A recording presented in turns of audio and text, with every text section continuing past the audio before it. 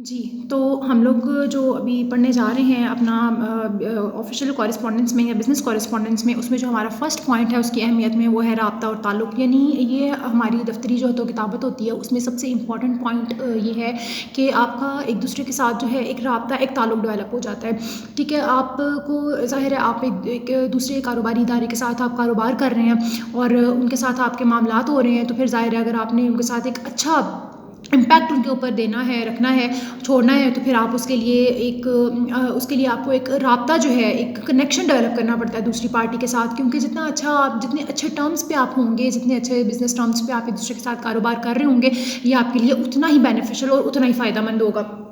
तो एक राब्ता और ताल्लुक़ रखने के लिए और उसको एक बहाल रखने के लिए बहुत ज़रूरी है कि आप आपस में एक-दूसरे के साथ जो है वो ख़ुत-ओ-किताबत रखें और एक-दूसरे को किसी भी अगर कोई मौका है, जैसे देखें ईद वग़ैरह आ जाती है या इस तरह से कोई होता है, तो तब भी आप लोग एक-दूसरे को एक कार्ड सेंड कर देना भी एक बहुत अच्छा जेस्चर होता है। इससे इससे ये आपकी तरफ से ये जेस्चर जाता है कि आपको जो है वाक़ई इस चीज़ की काफ़ी आपको पता है कि किस तरह से मामला तय किए जाते हैं और किस तरह किसी के साथ ताल्लुकात को बना के रखा जाता है, कारोबारी लेन-देन को, कारोबारी मामलात को किस तरह से बना के रखा जाता है। तो ये एक बड़ी इंपॉर्टेंट चीज़ होती है जो हतो-किताबत जिसमें जो है आपकी बहुत ही हेल्प करती है। उसमें देखिए उसके बाद सेकंड पॉइंट आपके साथ जो यहाँ पे डिस्कस किया जा रहा है वो है तहरीरी सबूत, कि आपके पास एक रिटन प्रूफ होता है। जब आपने कोई भी किसी किस्म की इन्फॉर्मेशन किसी दूसरे कारोबारी इदारे तक मुंतकिल करनी होती है, उनको भेजना होता है इन्फॉर्मेशन को, और वो लाज़िम होती है वहाँ तक भेजना, और कल को वो इन्फॉर्मेशन आपके किसी लीगल मैटर में आपके काम आ सकती है। अगर आपके पास इन राइटिंग वो चीज़ होगी, इन रिटन आपके पास वो प्रूफ होगा, तो ये मेरी बात हमेशा याद रखें कि जो भी चीज़ इन राइटिंग आ जाती है वो आपके पास एक प्रूफ के तौर पे आ जाती है, और कल को किसी भी लीगल कार्रवाई होती है, किसी किस्म की कोई कानूनी कार्रवाई होती है, और उसमें फिर अगर आपको किसी तरह के सबूत की ज़रूरत पड़ती है, तो जो भी चीज़ जब इन राइटिंग आती है तो वो आपके पास एक रिटन डॉक्यूमेंट होता है, एक रिटन एक सबूत होता है, आपके पास प्रूफ होता है। तो इसलिए आप के लिए बहुत ही एक ये बेहतर चीज़ होती है कि आप अपने तमाम रिकॉर्ड जो हैं वो इन राइटिंग रखें, और जो भी लेटर्स आप एक-दूसरे को लिखते हैं उनके रिकॉर्ड्स भी मेंटेन करें, और कोशिश करें कि तमाम डीलिंग जो कि अगर आप एक-दूसरे के साथ अगर आपका कोई डायरेक्ट आमना-सामना नहीं है और एक-दूसरे के साथ डायरेक्टली आप लेन-देन नहीं कर रहे, बल्कि जो सेलर है वो किसी सिटी में है या कंट्री में है और बायर किसी कंट्री या किसी सिटी में है, तो वहाँ पे भी ये चीज़ बहुत अहमियत की हामिल होती है कि आप अपनी रिकॉर्ड्स रखें अपने हर चीज़ का, और इन राइटिंग हर चीज़ का रिकॉर्ड रखें, और इन राइटिंग हर चीज़ को मेंटेन करें। तो वहाँ पे भी दफ्तरी हतो-किताबत आपके बहुत अहमियत की हामिल होती है कि ये आपके लिए लीगल प्रूफ के तौर पे भी काम करती है। उसके बाद थर्ड पॉइंट में देखें कि आपको बताया जा रहा है मालूमात का हसूल, कि जो भी मालूमात हैं आप को इस हवाले से आपको जो है मिल जाती हैं अगर आपने चीज़ें इन राइटिंग रखी होंगी। अगर आपके पास डाटा इन राइटिंग होगा तो फिर ही आपके पास मालूमात पाई जाएंगी। देखें, अगर आपने कोई भी आपको जब आप बिज़नेस कर रहे होते हैं, कारोबार कर रहे होते हैं, तो फिर ज़ाहिर है आपको हर तरह की इन्फॉर्मेशन चाहिए होती है। आपको ये पता होना चाहिए कि आपको कहाँ से जो है बेहतर माल मिल सकता है, कहाँ से बेहतर रॉ मटेरियल आपको मिल सकता है, आपका पेमेंट का तरीक़ाकार क्या हो सकता है, माल की नोयत किस तरह की हो सकती है। तो इस तरह की तमाम जो है चीज़ों के लिए आपको बाज़ दफ़ा देखें आपने वो पढ़ा था कि एक इस्तफ़सारनामा होता है ना, जो आपने लिखना होता है एज़ अ बायर। अगर आप बायर हैं और कोई चीज़ ख़रीदना चाहते हैं तो फिर आपको इस्तफ़सारनामा लिखना पड़ता है, जिसमें आप इस्तफ़सार करते हैं, क्वेश्चंस पूछते हैं सेलर से कि अच्छा, डिफरेंट सेलर से आप पूछते हैं कि वो आपको किस तरह का माल दे सकते हैं, किस कीमत पे दे सकते हैं, किस नोयत का दे सकते हैं और कितनी क्वांटिटी में दे सकते हैं, और उनके पास क्वालिटी क्या है माल की। तो देखें, ये सब कुछ पूछना है तो ज़ाहिर है आपको लिखना पड़ेगा ना, एक लेटर राइट करना पड़ेगा, एक हतो-किताबत होगी आपकी। तो जितने अच्छे तरीके से आप उसे करेंगे, उसको लिखेंगे, जितना फ़ोकस्ड होकर आप उस पे काम करेंगे, तो उतना ही आपको अच्छी इन्फॉर्मेशन जो है वो सेलर की तरफ से भी प्रोवाइड की जाएगी, बल्कि सेलर पे एक बहुत अच्छा इम्पैक्ट आपका जाएगा कि आप जो है इस चीज़ को समझते हैं कि बिज़नेस कॉरेस्पॉन्डेंस क्या होती है और किस तरह से हम एक दूसरे को उसमें मुखातिब करते हैं, और अगर हमने किसी चीज़ के बारे में सवाल पूछना है तो हम कैसे पूछते हैं। ये ओवरऑल आपका एक जेस्चर, आपकी एक पर्सनैलिटी शो हो रही होती है अगले बंदे को, कि जो भी आपकी हतो-किताबत देख रहा होता है या जो भी आपके आपके लेटर्स को रीड कर रहा होता है, तो उस पे आपकी एक ओवरऑल पर्सनैलिटी शो हो रही होती है कि आपको कितने मैनर्स हैं, आप में क्या कितने अखलाकियात हैं। तो ये चीज़ें आपके बिज़नेस को बढ़ाने में भी बहुत कारआमद साबित होती हैं। कि मालूमात का असूल तो देखें, वो तो ज़ाहिर है इन्फॉर्मेशन तो आपको मिल ही जाती है ना, जो भी इन्फॉर्मेशन आपको चाहिए, जो भी आपने किसी से इस्तफ़सार करना है, वो तो आपको मिल जाएगी, but to show a very good manner towards other person is important. इससे आपके कारोबारी ताल्लुकात मज़ीद अच्छे होते हैं, बहाल होते हैं, बल्कि दूसरे भी आपके डिफरेंट जो कंपनीज़ हैं उनके साथ भी आपका उन पे एक अच्छा जेस्चर जाता है, और वो भी फिर आपके साथ कारोबार करना जो है पसंद करते हैं। इसी तरह से देखें, 4th पॉइंट में आपको बताया जा रहा है कि बतौर हवाला इस्तेमाल कि आप रेफरेंस के तौर पे भी अपने उन चीज़ों को इस्तेमाल कर सकते हैं। देखिए ये वही बात है कि जब आपको किसी लीगल अगर डॉक्यूमेंट की ज़रूरत है और आपकी जो कोई किसी किस्म की कोई कानूनी मामलात हैं, कानूनी कार्रवाई हो रही है, तो उसमें भी फिर आप इन डॉक्यूमेंट्स को, ये जो आपका तो किताबत होती है, कॉरेस्पॉन्डेंस, बिजनेस कॉरेस्पॉन्डेंस होती है, इन राइटिंग होती है, तो फिर इसको आप रेफरेंस के तौर पे भी इस रिकॉर्ड को इस्तेमाल कर सकते हैं। तो ये एक आपके लिए बहुत ही फ़ायदेमंद चीज़ साबित होती है। उसके बाद देखें कि मतनाज़ा मसाइल का हल के जो भी आपके किसी किस्म के कोई मसले मसाइल हैं, आपस में किसी किस्म का कोई ऐसा तनाज़ा है दो पार्टीज़ के दरमियान, तो उसको भी आप हतूत के ज़रिए उस चीज़ को भी आप बेहतर तरीके से हल कर सकते हैं। कि आप अगर आपकी गलती है तो आप माज़रत कर सकते हैं, या अगर आप दूसरे बंदे को ये शो करना चाहते हैं कि उसकी गलती है, उसकी मिस्टेक है, तो भी आप उस चीज़ को मेंशन कर सकते हैं। तो ये चीज़ भी आपके लिए बहुत हेल्पफुल साबित होती है आपके कारोबार में। उसके बाद देखें ख़रीदो फ़रोख्त में मदद, ज़ाहिर है आप जैसे इस्तफ़सारनामा की बात हुई कि बिज़नेस कॉरेस्पॉन्डेंस आपको इस चीज़ में भी हेल्प करती है कि अगर आप बायर हैं तो और आपको किसी किस्म की इन्फॉर्मेशन चाहिए तो आप सेलर से रब्ता कर सकते हैं, डील कर सकते हैं अपनी ऑफिशियल कॉरेस्पॉन्डेंस के ज़रिए, तो किताबत के ज़रिए आप उसको लेटर राइट कर सकते हैं। जैसे इस्तफ़सारनामा एक ख़त है जो लिखा जाता है बायर की तरफ से सेलर को, कि जिसमें सेलर ये बताता है कि उसके पास क्या चीज़ मौजूद है, कितनी क्वांटिटी में मौजूद है, किस क्वालिटी में मौजूद है और किस पेमेंट पे वो उसको देने के लिए तैयार है। तो ये सारी चीज़ें जो हैं आपकी फिर जो सेल परचेज़ होती है उसमें भी आप बिज़नेस कॉरेस्पॉन्डेंस की बहुत ज़्यादा इंपॉर्टेंस है और बहुत ज़्यादा अहमियत है। इस तरह से पॉइंट नंबर 7 में देखें कि कारोबार में वसअत, कि आपके ओवरऑल कारोबार में जो है बिज़नेस में वसअत पैदा होती है, और वो इसी तरह से होती है कि आपको एक अच्छा, जब अपने आप को शो करते हैं, अपना एक अच्छा इम्पैक्ट अगले बंदे पे डालते हैं, तो फिर ज़ाहिर है आपका एक ओवरऑल इमेज जो है वो अगले बंदे पे बहुत अच्छा बन जाता है, और उसमें फिर क्या होता है कि वो आपको आपके साथ डील करने के लिए, लेन देन करने के लिए तैयार हो जाते हैं।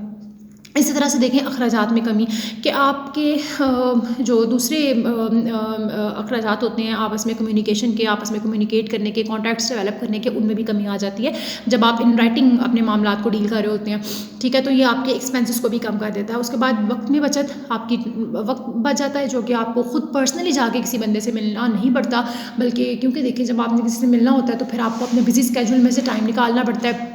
स्पेशल आप टाइम निकालते हो उसके लिए, अपने दूसरे मामलात को आप पीछे छोड़ते हैं और फिर उससे नेक्स्ट पर्सन से मुलाकात के लिए जाते हैं। ज़रूरी नहीं कि वो आपके सिटी में अवेलेबल हो, वो आउट ऑफ सिटी भी हो सकता है, वो आउट ऑफ कंट्री भी हो सकता है। तो अगर आपके पास ये एक स्किल है, अच्छी बिज़नेस कॉरेस्पॉन्डेंस आप कर सकते हैं, तो आप एक बहुत अच्छे तरीके से एक लेटर राइट कर सकते हैं और उस लेटर में अपनी तमाम क्वेश्चंस पूछ सकते हैं, या तमाम बातें जो हैं आप एक शॉर्टेस्ट पॉसिबल वे में, क्योंकि लेटर देखिए जब आप दफ्तरी तो किताबत कर रहे होते हैं तो किसी बंदे के पास इतना टाइम नहीं होता कि वो बैठ जाए और बैठ के आपका खत जो है वो डिटेल में पढ़ना शुरू कर दे। आपने बड़े ही कंसाइज तरीके से, बड़े ही अच्छे अंदाज में आपने उस खत को लिखना होता है कि आपकी बात भी अगले बंदे तक पहुँच जाए, उसको आपकी बात भी समझ में आ जाए और उस पर आपका एक अच्छा जेस्चर भी जाए, आपका इम्पैक्ट भी अगले बंदे पे अच्छा पड़े। तो ये चीज़ें जो हैं वो बेसिकली होती हैं और फिर ये आपका टाइम भी जो है वो बचा लेती हैं, टाइम आपका कंज्यूम नहीं होता इनमें। उसके बाद देखिए हिसाबात का तस्वीया, कि आपने जो भी आपके कारोबार की वसूलियाँ या अदायगियाँ होती हैं उसमें भी ये लेटर्स बहुत हेल्पफुल होते हैं, क्योंकि जितना भी आपका अकाउंट्स की क्लियरेंस होती है वो आप इन लेटर्स के ज़रिए कर सकते हैं। आपको पता होता है कि आपकी कितनी पेमेंट्स हैं, कितनी आपने रिसीट्स हैं, तो इन सब चीज़ों को भी आप अपने लेटर्स के या बिज़नेस कॉरेस्पॉन्डेंस के रिकॉर्ड से निकाल के अपने अकाउंट्स को भी मैनेज कर सकते हैं। इसी तरह से देखें कि अदालती सबूत, वही बात यहाँ पे फिर रिपीट हो रही है कि आपके पास एक लीगल आपके पास जो है ये डॉक्यूमेंट होती है, अगर आपके पास इन राइटिंग कोई चीज़ है तो फिर वो आपके लीगल कोई भी कानूनी कार्रवाई है तो उसमें भी वो फिर आपकी हेल्प करती है। इस तरह से देखें आलमी तजारत में मदद, कि अगर आप ओवरऑल आप ट्रेड करना चाहते हैं, इंटरनेशनल लेवल पे ट्रेड करना चाहते हैं, तो देखें जितने भी आमतौर पे हमारे यहाँ पे एक्सपोर्टर्स बैठे हुए हैं जो लेदर एक्सपोर्ट करते हैं, तो देखें उन लोगों ने ऑनलाइन अपने बिजनेस जो हैं वो इस्टेब्लिश किए हुए हैं दूसरे कंट्रीज़ की फॉर्म्स के साथ, या दूसरे कंट्रीज़ के बायर्स के साथ, कि जिन्होंने लेदर परचेज़ करना होता है, लेदर की जैकेट्स हैं, लेदर के ग्लव्स हैं, डिफरेंट लेदर की बनी हुई चीज़ें जो हैं वो आमतौर पे लोग दूसरे कंट्री के लोग जो हैं वो पाकिस्तान से परचेज़ करते हैं, और यहाँ पे आपको पता है कि लेदर के बहुत से एक्सपोर्टर्स हैं और बहुत से लोग जो हैं वो ये काम सर अंजाम देते हैं। तो ये भी एक बहुत अच्छी जो है चीज़ है कि आप को अगर इंटरनेशनली आप काम करना चाहते हैं, इंटरनेशनली ऑनलाइन बिजनेस इस्टेब्लिश करना चाहते हैं, तो फिर भी आपके पास एक ये स्किल होनी चाहिए कि आपको पता होना चाहिए कि मैंने डील कैसे करना है, क्योंकि आपकी सारी डीलिंग ऑनलाइन हो रही होती है। आप जो है इन राइटिंग अगले बंदे से डील कर रहे होते हैं, आमने सामने तो आप नहीं होते, ज़ाहिर है आप ने जो भी करना है आपने कॉरेस्पॉन्डेंस के बिज़नेस कॉरेस्पॉन्डेंस के ज़रिए करना है, तो ये चीज़ भी फिर आपके इंटरनेशनल ट्रेड में भी बहुत हेल्प करती है। उसके बाद देखें कारोबारी ख़त की खसूसियात या फिर खूबियाँ, करैक्टरिस्टिक्स क्या हैं बिज़नेस लेटर के। उसमें सबसे पहला करैक्टरिस्टिक देखिए आपको ना यहाँ पे नज़र आ रहा होगा, क्योंकि हमारा ये टॉपिक जो है अब हमने यहाँ पे ये पढ़ना है कि ठीक है कॉरेस्पॉन्डेंस तो हम करते हैं, हमने लेटर राइटिंग तो करनी होती है, लेकिन इसकी खसूसियात क्या होनी चाहिए। यानी अगर आपने कोई लेटर लिखा है, कोई बिज़नेस लेटर आपने लिखा है, कारोबारी ख़त आपने लिखा है, तो वो किस तरह का होना चाहिए, किस तरीके का होना चाहिए, ये चीज़ भी बहुत मैटर करती है कि आपने इस चीज़ को देखना होता है कि आपका लेटर, जैसे कि मैंने पहले भी बात की कि बहुत ज़्यादा लंबा चौड़ा नहीं होना चाहिए, ऐसा होना चाहिए कि कंसाइज़ हो और हर बात जो भी आपने करनी है वो भी उसमें आपने मेंशन की हो, कोई चीज़ आपकी रह ना गई हो जो आपने पूछनी हो और वो आप लेटर में ना लिखें, और लिखें भी इस तरीके से कि बहुत खींच तान के ना लिखें, बड़े ही अच्छे कंसाइज़ वे में आप अपने लेटर को शो करें। उसी तरह से उसका पहला आप देखें करैक्टरिस्टिक क्या है कि पहली उसकी खसूसियत है दुरुस्तगी, कि सबसे पहले तो आपका लेटर हर लिहाज से दुरुस्त होना चाहिए, उसमें किसी किस्म की स्पेलिंग मिस्टेक या किसी किस्म की कोई ग्रामेटिकल मिस्टेक जो है वो नहीं होनी चाहिए। अगर आप उर्दू में भी लिख रहे हैं तो कोशिश करें कि हर लफ्ज़ एक्यूरेटली लिखें, हर बात एक्यूरेटली करें, सेंटेंसेस पे ध्यान दें कि आप क्या बात कर रहे हैं क्या नहीं बात कर रहे, किसी किस्म की कोई आपकी जो है ना कोई मुबालगा राय से जो है वो आप काम ना लें, और कोशिश करें कि जितने अच्छे तरीके से आप उसे टाइप कर सकें या उसे लिख सकें उसको लिखें, क्योंकि इससे एक बहुत अच्छा इम्पैक्ट नेक्स्ट पर्सन पे आपका जो है वो जाता है, और वो फिर उसका भी टाइम उसमें जो है वो आपकी लेटर को पढ़ने में कम कंज्यूम होता है। वरना फिर अगर आप उसको बोर कर देंगे और बहुत ज़्यादा लंबा चौड़ा लेटर लिख देंगे तो उसमें भी फिर उसका ध्यान या उसकी तवज्जो जो है वो आपकी एक्चुअल बात से हट जाएगी और वो फिर किसी और तरफ उसका ध्यान जो है वो चला जाएगा। इसी तरह से सेकेंड पॉइंट में देखें आपके साथ डिस्कस किया गया है कि ये इख्तिसार होना चाहिए, यानी शॉर्ट होना चाहिए। ये ना हो कि बहुत ज़्यादा लंबा लेटर हो और उस पर आप जो है काफ़ी टाइम लगा दें और फिर गैर ज़रूरी बातें आप उसमें लिखना शुरू कर दें, ये चीज़ नहीं होनी चाहिए। क्योंकि इस तरह से अगर आप गैर ज़रूरी बातें लिखना शुरू कर देंगे और लंबी चौड़ी तफसीलें बयान करना शुरू कर देंगे या मुबालगा राय से काम लेंगे, तो फिर इससे अगले बंदे का भी टाइम कंज्यूम होगा, आपका तो होगा ही लिखने में, लेकिन नेक्स्ट पर्सन का भी टाइम कंज्यूम होगा और वो फिर उसका इंटरेस्ट जो है आपकी लेटर में वो नहीं रहेगा। तो देखें ये तो आपका मकसद ही नहीं होता, आपका मकसद तो यही होता है ना कि जितना इंटरेस्ट अगला बंदा आपकी लेटर में ले शो करे उतना ही आपके लिए वो बेहतर होता है। क्योंकि ज़ाहिर है ये कारोबारी मामलात होते हैं, तो ये जितने ही एक्यूरेट जितने ही अच्छे तरीके से होंगे उतना ही इम्पैक्ट एक दूसरे पे सेलर का और बायर का अच्छा जाएगा और उनकी डीलिंग आपस में अच्छी होगी। इसी तरह से देखें पॉइंट नंबर 3 में आपके साथ डिस्कस किया जा रहा है जो पॉइंट वो है जामियत, के हर लिहाज से ख़त को मुकम्मल और जामिया होना चाहिए। देखिए जैसे यहाँ पे भी मेंशन किया जा रहा है कि ख़त असल में आपका नुमाइंदा होता है, और अगर ये अपनी बात को सही तौर पर वाज़ह ना कर सकेगा तो अपने नुकसान के अलावा दूसरे कारोबारी लोगों का भी वक्त ज़ाया करता है। तो इसमें फिर ये चीज़ नहीं होनी चाहिए कि वो आप खुद भी उसको इतना डिटेल में लिख दें और या उसको इनकम्प्लीट रखें कि आपकी जो बात आप अगले बंदे से करना चाह रहे हैं वो मुकम्मल तौर पे उस तक ना पहुँचे। तो अगर वो उस तक मुकम्मल तौर पे ना पहुँचेगी तो इट मीन्स कि ख़त का जो मकसद था वो पूरा नहीं हुआ ना। आपने जिस मकसद के लिए जिस पर्पज़ को अचीव करने के लिए लेटर राइटिंग की थी वो पर्पज़ आप अचीव नहीं कर सके अगर आपका लेटर जामिया नहीं है, इनकम्प्लीट है। तो ये एक बड़ी इंपॉर्टेंट चीज़ है कि कारोबारी ख़त को हर लिहाज से मुकम्मल और जामिया होना चाहिए। ठीक है, इसके बाद देखें जाज़बियत, कि कारोबारी ख़त में जो है